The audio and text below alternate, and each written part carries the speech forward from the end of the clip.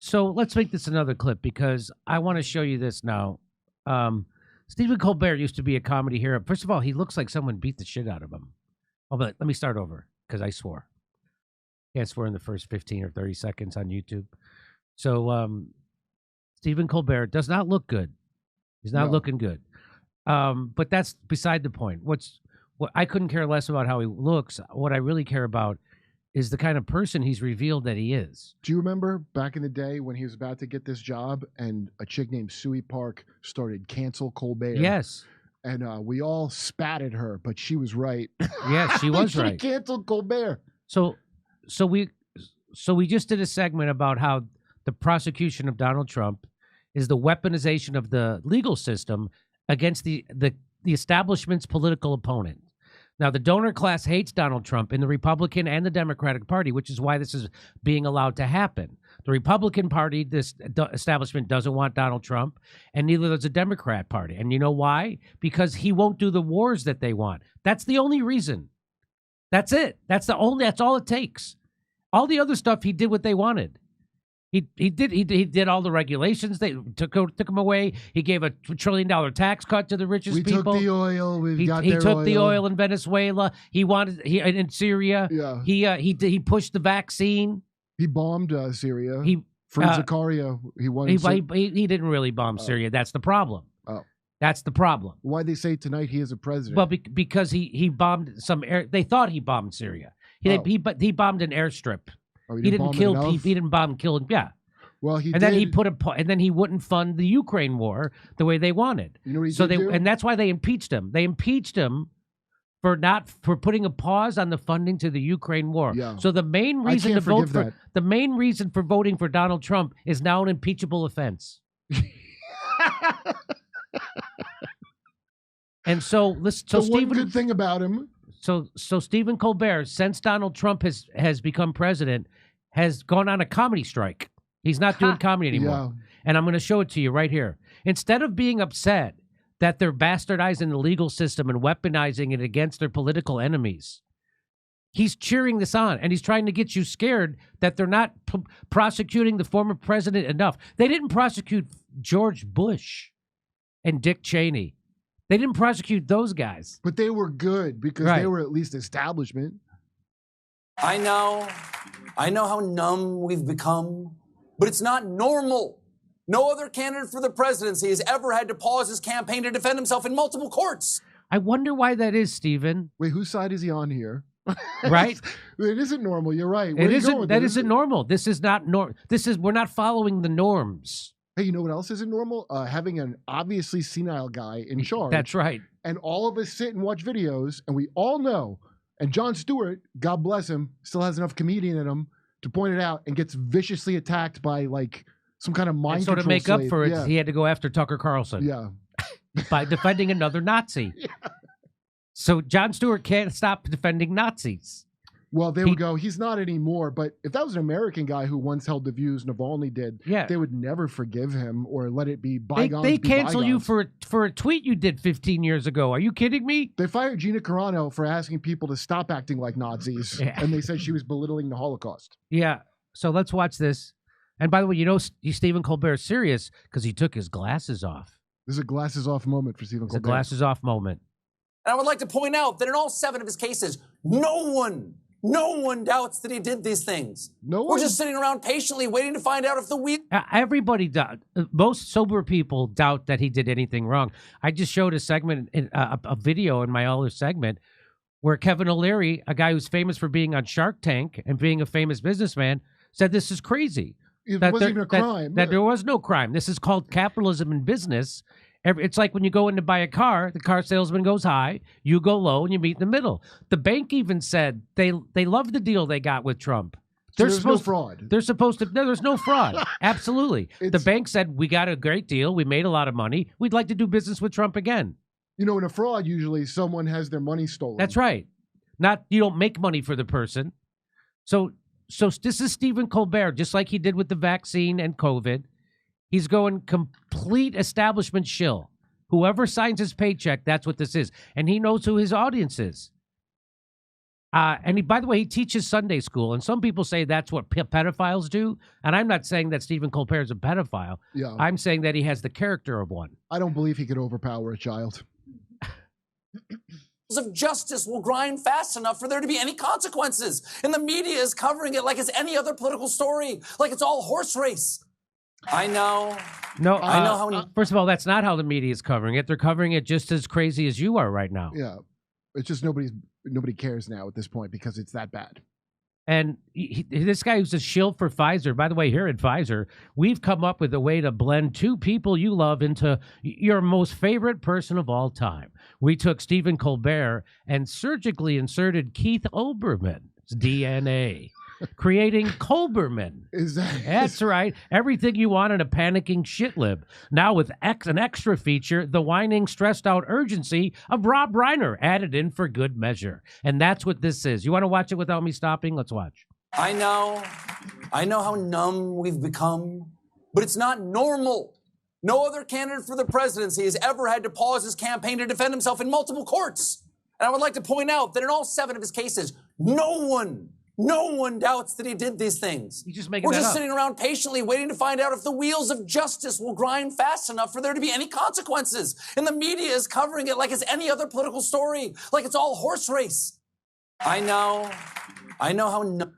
I think he meant horse shit. Everybody I talk to doubts this. I don't know who. So of course he doesn't. Eugene Carroll's real reliable, right? His classified document thing. He's the president of the United States. The president decides what's classified and what isn't. What does the law say? You got to store it next to your sweet cherry Corvette. Yeah. So apparently, if you're like Joe Biden and you take classified documents and you put it in your garage next to your Corvette, that's okay. You know, I had a friend say, because I was like, well, what this is crazy, though, right? I mean, can you believe he has no one in his look? He's not funny. So his writers, imagine the writer. I know everybody thinks these guys are like comedians, but they're really just hollow vehicles that a writer puts jokes into. Yes. And Colbert's an actor, so he was funny on like Stranger with Candy, really funny because it was funny writing. If you give him good jokes, but he's not taking good jokes, now this is the real Steven. Yeah. The awful This actor. is the real Steven. And this is what all that stupid cancel bullshit did. They filtered out anyone that could tell you anything opposite from your bubble. In New York, every time Russ was here, we were both. New York is dumber. I can't believe it's dumber than LA by a mile. By a mile, okay? I never thought I would say that. It's the most, and that's because they pushed out everybody that isn't very rich or poor. There's no middle in New York whatsoever now. So all these rich people could just sit like Bill Maher. You know, Bill Maher doesn't know there's a problem. Yeah. Here. He thinks the economy's great. We won COVID. Yeah, it's a bunch of Bill Mahers there. Yeah. But without the comedy to not be woke. And it's funny, like you know how and I'm not comparing myself to Lenny Bruce, but it makes me feel good that there are theaters, and especially in shitlib heaven Brooklyn, that won't book me. People, theaters, I sold out their theater 3-4 times before. They won't even return my email now because of my politics, because they're on the wrong side of history. I was just at a that sucks because they really care about that a lot. I've heard people bring right side of, like, that's like liberal heaven, I guess, the right side of history. Yeah, that's where you go when you die. Yeah. To the good part but they're on the wrong side of history. They're on the wrong side of Julian Assange. They're on the wrong side of lockdowns. How about have some principles? They're on the wrong side of mandating experimental medical treatments. Yeah, right. They're on the wrong side of authoritarianism. Well, they're on the wrong side of war. They're on the wrong side of war. That's why they have to win, because so those are the shit deep down, yeah, they know that. They're not on the right side of history unless they win, because that's who writes history. That's right. And so we just came back from a shithole of a place called Washington Hall in Seattle. What a shithole. And the people who run it are demented fucking criminals. In Seattle, of all places? Yeah, in Seattle. Yes. Where they did have an insurrection. Remember somebody took over a section of it? Do you know what they did? You want to hear a real crime? They have 200 seats in their theater. You know how many tickets they sold? 530 for my show. Okay. So people showed up and they didn't have seats for them. They did like a plane, like an airline? And so they made people stand around the sides of the room and upstairs in the balcony and stand. And I said, what are you doing? They go, well, it's first come first. First of all, they all were wearing masks. They're all wearing masks. Washington Hall. Don't ever go to Washington Hall in Seattle. That'd be my advice. Those people are demented maniac. The worst things about liberalism are the people who are at Washington Hall in Seattle. Yeah, that's their Mad Max They, phase. you know what they referred to? They hated that. So most of my shows on the road, people put tables up for Julian Assange outside, and they give out flyers and they take people's names and stuff.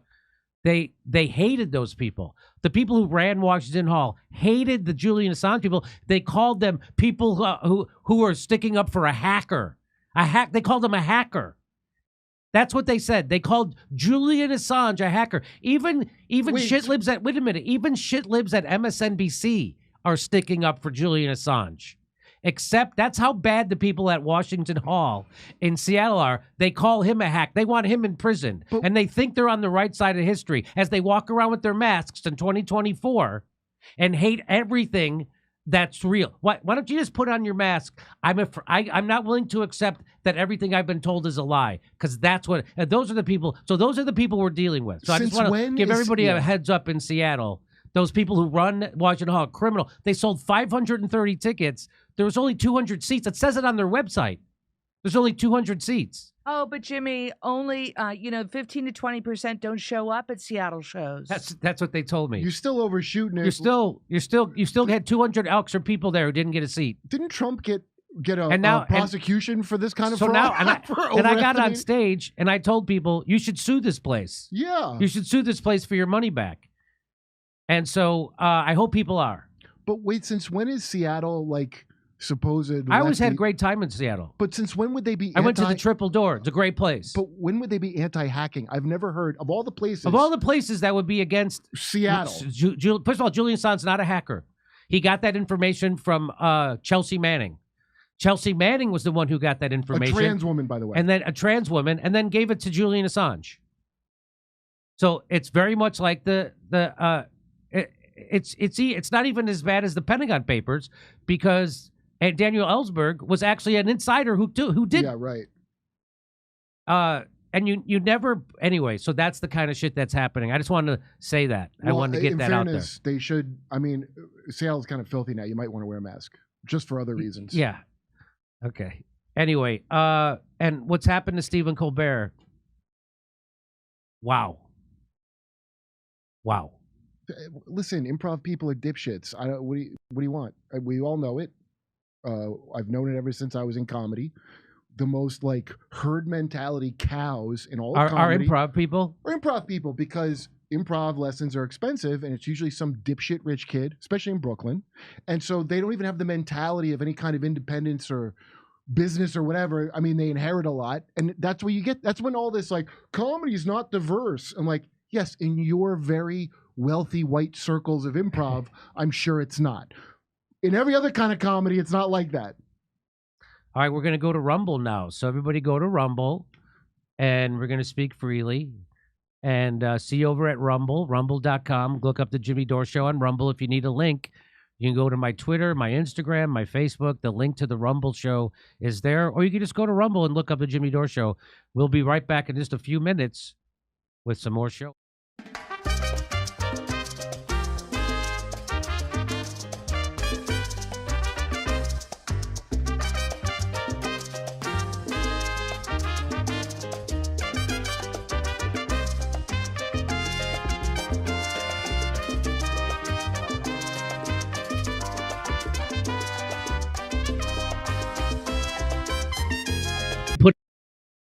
Hey, guess what, ladies and gentlemen? When it comes to staying healthy on the go, you can never be too prepared. Whether you're a frequent traveler or remote worker or an avid outdoorsman or literally anyone with a pulse, the Wellness Company's Travel Emergency Kit is here going to be your new best friend. If you don't have a pulse, you've got bigger problems. Am I right? Come on.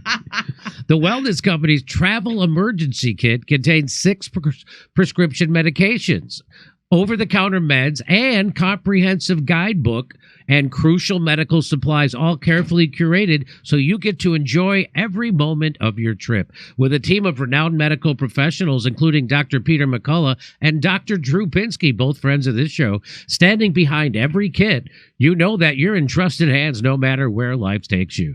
Don't leave anything to chance. Head to twc.health/Jimmy and order your travel emergency kit. That's twc.health/Jimmy and use the code Jimmy to get an exclusive 15% off at checkout. Your health and your journey matter. Travel smart. Travel prepared. Kits are only available in the United States.